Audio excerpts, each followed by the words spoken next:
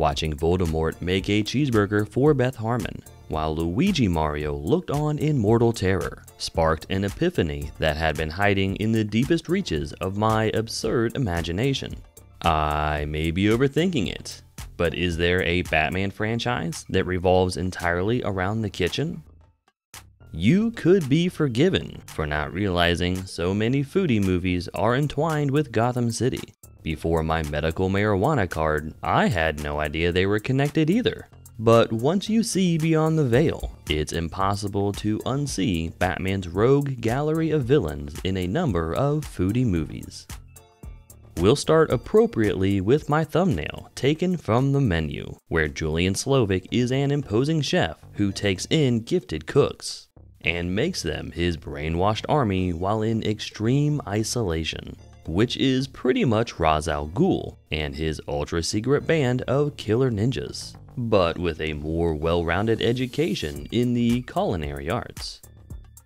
Vianne Rocher from Chocolat focused her game on confections and used her creations to tempt and sway and ensnare a town from its deep-seated morality, becoming quite the vixen of the kitchen in her own way. That feels a bit like Poison Ivy and her mastery over plant pheromones, with a French twist and without so many leafy greens.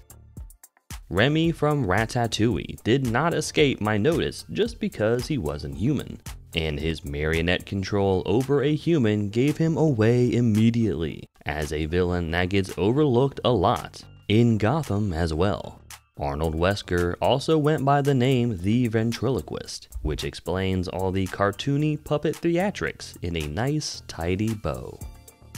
Willy Wonka is probably the most obvious villain pairing on the list, what with his over-the-top presentation style, eccentric mannerisms, and his elaborate contraptions that all include casual violence.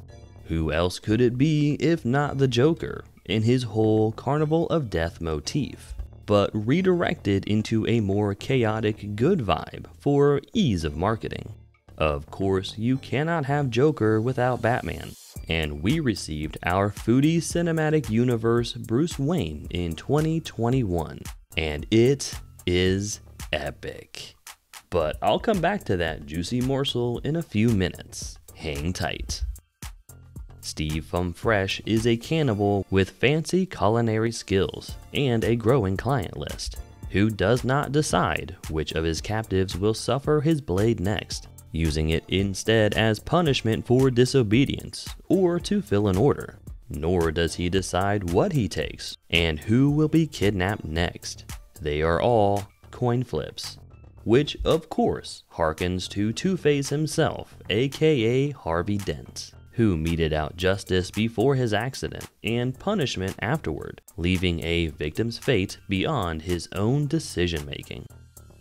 You might argue that Fight Club is not a Foodie movie, but Tyler Durden is kitchen staff, who even brings his work home in the form of cooking up soap and bombs. But most notable is the ability to twist a man's understanding of the world with a few well-chosen words.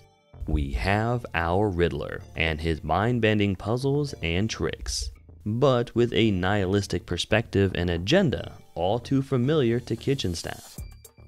Larry the Health Inspector Cable Guy is a blunt object. He operates with a power that was granted to him, meaning his badge, and continues a self-righteous mission no matter the obstacles before him.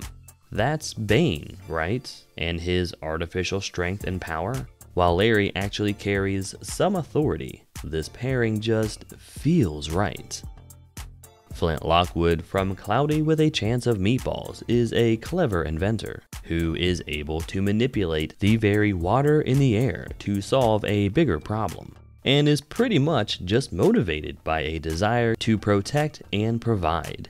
So of course he is our Mr. Freeze, with all his technological wizardry, though with a backstory that isn't quite so dark.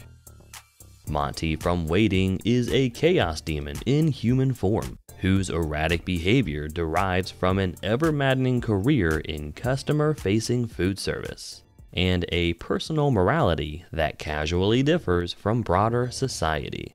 He can only be Harley Quinn and her penchant for mischief, while Monty is one psychotic snap away from following in her footsteps. Daniel Hillard is an actor who tanked his career and donned a disguise, which only really counts as a foodie bit because cooking is part of his character arc. But still, he proves himself indistinguishable from himself as Mrs. Doubtfire. And that right there is our Clayface, a talented actor himself, though it's obviously early in his doomed career, with ominous omens abound. Warwick Wilson from The Perfect Host is a consummate professional at his craft, and his dinner parties are the stuff of legends, just ask his guests. But every once in a while, someone attends who is doomed to vanish from the face of the earth. This is the Mad Hatter, with all the traditional cliches already baked in, and it's honestly hard to say which character is more deranged than the other. And finally, we end with Robin Feld from Pig, a hermit of legendary renown, who embarks on a journey of vengeance while struggling with issues of unresolved grief, and who performs rough and tumble detective work to solve a mystery. Nicolas Cage is our Bruce Wayne, our Batman, our Dark Knight of the Foodie cinematic universe.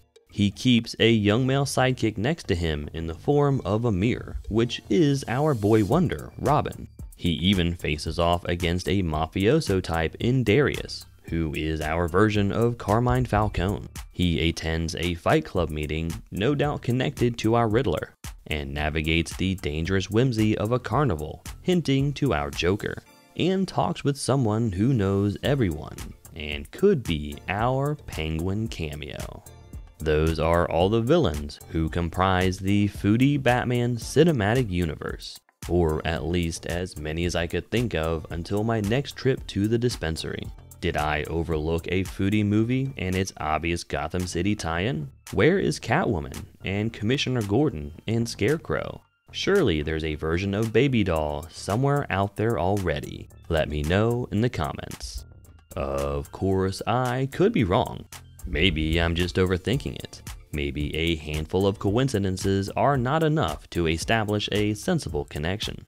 And maybe the Foodie Batman cinematic universe only exists because I have the munchies. But I kinda like my theory better, so I'm rolling with it. Until next time, keep reading between them lines. If you enjoyed this theory, you should totally check out my Glass Onion video, where I present the evidence that Andy was the true imposter among us, and she used Benoit Blanc's own trick against him to pull it off. Check it out. And please, take care of yourselves out there, and I'll talk at you next time.